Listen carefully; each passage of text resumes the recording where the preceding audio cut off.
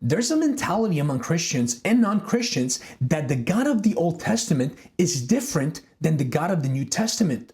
People assume that God in the Old Testament is mean, he's cruel, and he's judgmental. Jesus, on the other hand, in the New Testament, he's compassionate. He's all accepting, he's loving. But did you know that in the Old Testament, the claim that God is merciful is found 16 times? In the New Testament, the claim that God is merciful is only found 4 times.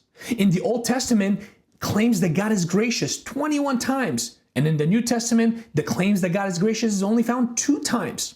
The reality is that the God of the Old Testament is the same God as the God of the New Testament.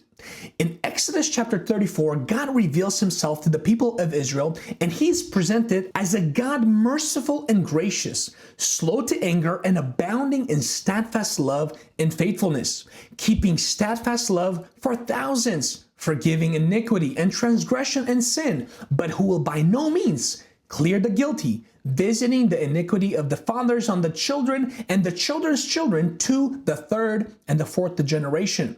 In other words, the God of the Old Testament is good and loving, but he is also a righteous judge. And in the New Testament, Jesus, sure, he's portrayed as a loving and a humble king riding on a donkey. However, Revelation 19, we see a Jesus who's not riding on a donkey anymore. He's riding on a white horse, and he's ready to judge the nations.